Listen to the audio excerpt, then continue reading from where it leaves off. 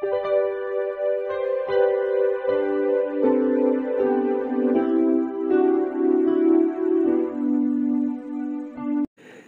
Students, প্রথমেই UK educational টিপসের পক্ষ থেকে তোমাদের সকলকে স্বাগত জানাই।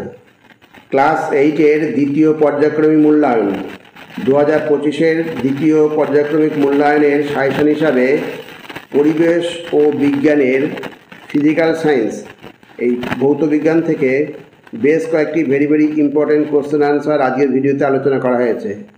সুতরাং স্টুডেন্টস, তোমরা ভিডিওটি শুরু থেকে শেষ পর্যন্ত প্রত্যেকটা প্রশ্ন উত্তর গুরুত্ব সহকারে লক্ষ্য করো এবং রেডি করে নাও।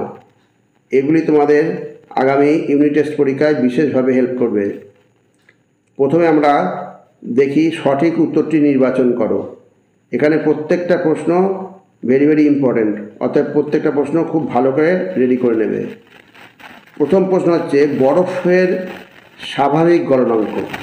বরফের স্বাভাবিক গলনাঙ্ক কত? এখানে যে কটা অপশন রয়েছে তার মধ্যে সঠিক অ্যান্সার হচ্ছে 0 ডিগ্রি সেলসিয়াস। অতএব অপশন এ হচ্ছে সঠিক অ্যান্সার, 0 ডিগ্রি সেলসিয়াস। 2 নম্বর প্রশ্ন, শিশির জমার উপযোগী আকাশ হলো। শিশির জমার উপযোগী আকাশ, এখানে অপশনগুলো দেখো, মেঘযুক্ত, মেঘাচ্ছন্ন, নেক্সট হচ্ছে অল্প মেঘাচ্ছন্ন, আর ডি হচ্ছে মেঘহীন। এই মেঘহীন আকাশ হচ্ছে সঠিক অ্যান্সার।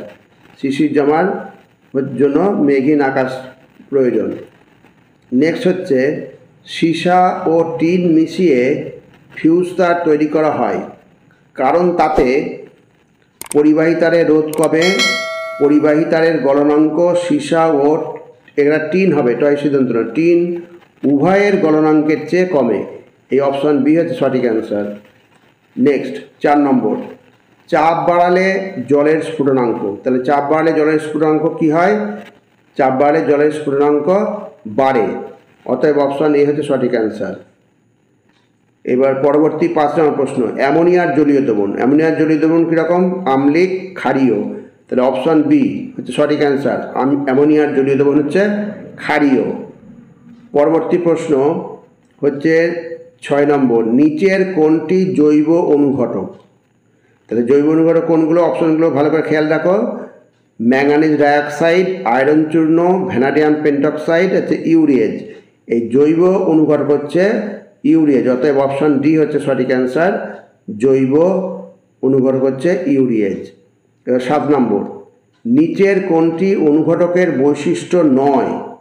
তাহলে অনুঘটকের বৈশিষ্ট্য নয়, ভালো করে প্রত্যেকটা বিবৃতি ভালো করে খেয়াল রাখবে। যেমন অনুঘটক রাসায়নিক বিক্রিয়ায় অংশগ্রহণ করে, এটা সঠিক বৈশিষ্ট্য।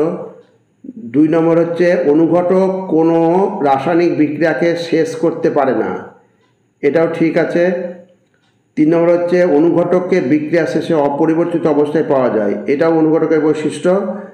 আর অপশন ডি হচ্ছে অনুঘটক কোনো রাসায়নিক বিক্রিয়াকে শুরু করতে পারে, এইটা হচ্ছে অনুঘটকের বৈশিষ্ট্য নয়। অতএব অপশন ডি হচ্ছে সঠিক অ্যান্সার, অনুঘটকের বৈশিষ্ট্য নয়। 8 নম্বর, ঝালাইয়ের কাজে ব্যবহৃত হয়। খুব সুন্দর প্রশ্ন, ঝালাইয়ের কাজে ব্যবহৃত হয় মিথেন, ইথেন, অ্যাসিটিলিন। এই অপশন সি হচ্ছে সঠিক অ্যান্সার, অ্যাসিটিলিন। অ্যাসিটিলিনের সঙ্গে অক্সিজেন বিক্রিয়া অক্সি অ্যাসিটিলিন শিখা উৎপন্ন হয়, যেটা তাপ এবং আলো উভয় উৎপন্ন করে, আর তার উষ্ণতা অনেক বেশি, তার জন্য লোহা গলাতে সুবিধা হয়। এবং 9 নম্বর, মোর্চে গঠনের জন্য শুধু লোহা আর জল উপস্থিত থাকলেই হবে না, এর সঙ্গে দরকার। তাহলে এর সঙ্গে কী দরকার? এর সঙ্গে দরকার হচ্ছে নাইট্রোজেন, অক্সিজেন। এই অক্সিজেন দরকার, অপশন বি হচ্ছে সঠিক অ্যান্সার, অক্সিজেন। এবার 10 নম্বর, একটি বিজারক দ্রব্য হলো। এখানে বিজারক দ্রব্য খেয়াল করো, অক্সিজেন, হাইড্রোজেন, ক্লোরিন, হচ্ছে মিথেন, CH4। এখানে বিজারক দ্রব্য হচ্ছে হাইড্রোজেন, অপশন বি হচ্ছে সঠিক অ্যান্সার, হাইড্রোজেন। নেক্সট 11 নম্বর, একটি তড়িৎ বিশ্লেষ্য পদার্থ হলো। তড়িৎ বিশ্লেষ্য পদার্থ চিনি, অ্যালকোহল, গ্লুকোজ। তো এখানে 3টি হবে না। 4 নম্বর হচ্ছে নুন, এই অপশন ডি হচ্ছে সঠিক অ্যান্সার, নুন, সোডিয়াম ক্লোরাইড। পরবর্তী প্রশ্ন, একটি মৃদু তড়িৎ বিশ্লেষ্য পদার্থের উদাহরণ হলো। মৃদু তড়িৎ বিশ্লেষ্য পদার্থের উদাহরণ হচ্ছে, এখানে দেখো, প্রথমে হচ্ছে sodium chloride NaCl, potassium hydroxide, copper sulphate, তারপরে হচ্ছে অ্যাসিটিক অ্যাসিড, এই অপশন ডি হচ্ছে সঠিক অ্যান্সার। মৃদু তড়িৎ বিশ্লেষ্য পদার্থের উদাহরণ হচ্ছে অ্যাসিটিক অ্যাসিড CH3COOH। ভালো করে এগুলো মনে রাখবে, তাহলে পরীক্ষা আসলে লিখতে পারবে। এবার 13 নম্বর, জলের তড়িৎ বিশ্লেষণে অ্যানোডে উৎপন্ন গ্যাসটি, ভেরি ভেরি ইম্পর্টেন্ট প্রশ্ন। জলের তড়িৎ বিশ্লেষণে অ্যানোডে কোন গ্যাস উৎপন্ন হয়? খুব ভালো প্রশ্ন, দেখো ভালো করে খেয়াল রাখো। পচা ডিমের গন্ধযুক্ত গ্যাসের নাম না জানলে বুঝতে পারবে না। হাইড্রোজেন সালফাইড, তাহলে এটা হবে না। শ্বাসকার্যে সাহায্যকারী অক্সিজেন, অতএব অপশন বি হচ্ছে সঠিক অ্যান্সার, অক্সিজেন। আর পরে দুটো খেয়াল রাখবে, নিজে জলে কোন গ্যাস? হাইড্রোজেন। তাহলে হাইড্রোজেন খেয়াল রাখবে, এমন একটা গ্যাসের নাম করো যার নিজে জলে, তখন বলবে হাইড্রোজেন। আর ঝাঁঝালো গন্ধযুক্ত গ্যাস হচ্ছে অ্যামোনিয়া। এগুলো ভালো খেয়াল রাখবে, তাহলে যেভাবে দিক তুমি লিখতে পারবে। এবার 14 নম্বর, নিচের কোনটি তড়িতের সুপরিবাহী পদার্থ? তাহলে সুপরিবাহী পদার্থ তড়িতের ইরেজার, পাতিত জল, খবরের কাগজ, মানুষের শরীর। এই অপশন ডি হচ্ছে সঠিক অ্যান্সার, মানুষের শরীর। নেক্সট 15 নম্বর, তড়িৎ লেপনের একটি উদ্দেশ্য হলো তড়িতের অপচয় কমানো, বস্তুর সৌন্দর্য বৃদ্ধি করা। এই অপশন বি হচ্ছে সঠিক অ্যান্সার, বস্তুর সৌন্দর্য বৃদ্ধি করা।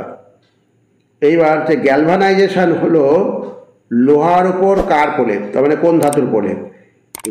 গ্যালভানাইজেশন হলো লোহার উপর, এখানে হচ্ছে তামা জিঙ্কের প্রলেপ। তাহলে গ্যালভানাইজেশন হলো লোহার উপর জিঙ্কের প্রলেপ, অপশন বি হচ্ছে সঠিক অ্যান্সার। এইবার শূন্যস্থান পূরণ করো, ভালো করে খেয়াল রাখবে। 0 ডিগ্রি সেলসিয়াস উষ্ণতায় 1 গ্রাম বরফকে 80 ক্যালোরি তাপ দিলে তার উষ্ণতা হবে ড্যাশ। তার উষ্ণতা হবে কত? তার উষ্ণতা হবে 0 ডিগ্রি সেলসিয়াস। এবার 2 নম্বর, তরমুজের বীজে ড্যাশ নামক এক ধরনের এনজাইম থাকে। তরমুজের বীজে ইউরিয়েজ নামক এক ধরনের এনজাইম থাকে, ভালো করে খেয়াল রাখবে, ইউরিয়েজ। এইবার হচ্ছে ক্যালসিয়াম অক্সাইড CaO+H2O, ক্যালসিয়াম অক্সাইডের সঙ্গে জলের বিক্রিয়ায় এখানে ড্যাশ প্লাস ড্যাশ, তাহলে কী উৎপন্ন হয়? এখানে ক্যালসিয়াম হাইড্রক্সাইড খেয়াল রাখবে, CaOH2। আর এখানে হচ্ছে কি, লেখাটা অপরিষ্কার হয়ে গেল, যে CaOH2, আর এখানে হচ্ছে তাপ উৎপন্ন হবে, প্লাস তাপ। এইবার 4 নম্বর, জারক পদার্থ ইলেকট্রন গ্রহণ করে। অ্যানায়ন নেগেটিভ তড়িৎধর্মী অর্থাৎ ঋণাত্মক তড়িৎধর্মী, এবং ক্যাটায়ন ধনাত্মক তড়িৎধর্মী। এবার পরবর্তী প্রশ্ন, সত্যা নির্বাচন করো। তাহলে প্রথমে হচ্ছে বিশুদ্ধ জল তড়িৎ পরিবাহী নয়, অতএব এটা হচ্ছে মিথ্যা। বিশুদ্ধ জল তড়িৎ পরিবহন করে না, মিথ্যা। নেক্সট হচ্ছে পোড়া চুন জলে মেশালে তাপ উৎপন্ন হয়, এটা হচ্ছে সত্য। আর নেক্সট হচ্ছে বাষ্প থেকে তরল হওয়ার ঘটনাকে ঘনীভবন বলে, এটাও হচ্ছে কি সত্য, বাষ্প থেকে তরল হওয়ার ঘটনাকে ঘনীভবন বলে। এবার পরবর্তী স্তম্ভ মেলাও, এখানে বাম স্তম্ভের সঙ্গে ডান স্তম্ভে মিল করতে হবে। আমি উত্তর করে দিয়েছি, তোমাদের সুবিধা হবে। বরফ গলনের লিনতাপ হচ্ছে 80 ক্যালোরি পার গ্রাম, তাহলে 1-এর সঙ্গে হচ্ছে ডি। আর 2 হচ্ছে জলের বাষ্পীভবনের লিনতাপ হচ্ছে 537 ক্যালোরি পার গ্রাম, তাহলে 2 হচ্ছে সি। আর 3 হচ্ছে ভূপৃষ্ঠ থেকে উপরে উঠলে বায়ুর চাপ কমে, তাহলে 3-এর সঙ্গে বি। আর 4 হচ্ছে পদার্থের অবস্থান্তর হচ্ছে ভৌত পরিবর্তন, অতএব 4A। এবার পরবর্তী প্রশ্ন হচ্ছে একটি বাক্যে উত্তর দাও। জারণ ও বিজারণ প্রক্রিয়ায় একটি প্রাকৃতিক উদাহরণ দাও। জারণ ও বিজারণ প্রক্রিয়ার একটি প্রাকৃতিক উদাহরণ হচ্ছে লোহায় মরিচা করা। 2 নম্বর হচ্ছে রূপার তৈরি গয়নার উপর সোনার প্রলেপ দিতে ক্যাথোড হিসাবে কি ব্যবহৃত হয়? রূপার তৈরি গয়নার সোনার প্রলেপ দিতে হলে ক্যাথোড হিসাবে রূপার গয়না ব্যবহৃত হয়। 3 নম্বর, খাবার সোডার রাসায়নিক নাম ও সংকেত লেখো। ভেরি ভেরি ইম্পর্টেন্ট প্রশ্ন। খাবার সোডার রাসায়নিক নাম হচ্ছে সোডিয়াম বাইকার্বনেট, যার সংকেত হচ্ছে NaHCO3। নেক্সট 4 নম্বর হচ্ছে সূর্য থেকে কোন পদ্ধতিতে তাপ পৃথিবীতে আসে? সূর্য থেকে বিকিরণ পদ্ধতিতে তাপ পৃথিবীতে আসে। 5 নম্বর হচ্ছে তড়িতে তাপ ও তড়িতের সুপরিবাহী একটি অধাতুর নাম লেখো। খুব সুন্দর প্রশ্ন। তাপ ও তড়িতের সুপরিবাহী একটি অধাতুর নাম হচ্ছে গ্রাফাইট। এইবার কিছু সংক্ষিপ্ত প্রশ্ন দিয়ে দিয়েছি, এগুলো তোমরা রেডি করে নিও। এখানে প্রত্যেকটি প্রশ্নের মান 2 অথবা 3 যে কোনোভাবে আসতে পারে। বেশি প্রশ্ন দেওয়া গেল না, ভিডিওটা বড় হয়ে যাবে বলে। এখানে হিমমিশ্রণ কাকে বলে, এর একটি ব্যবহার লেখো। তড়িৎ বিশ্লেষণ বা ইলেকট্রোলাইসিস কাকে বলে, ভেরি ভেরি ইম্পর্টেন্ট প্রশ্ন। একটি রাসায়নিক বিক্রিয়ার সাহায্যে দেখাও যে জারণ বিজারণ একই সঙ্গে ঘটে। মোস্ট ইম্পর্টেন্ট প্রশ্ন, খুব ভালো এটা তৈরি করে রাখবে। 4 নম্বর হচ্ছে তড়িৎ লেপন কাকে বলে। লোহার পাইপের উপর জিঙ্কের প্রলেপ দিতে অ্যানোডে ও ক্যাথোডে কী কী ব্যবহার করবে, এটাও একটা ভেরি ভেরি ইম্পর্টেন্ট প্রশ্ন। বরফ জলে ভাসে কেন। প্রত্যেকটা প্রশ্নই ইম্পর্টেন্ট, অর্থাৎ এগুলো ভালো করে করবে, তাহলে তোমাদের অনেক হেল্প হবে।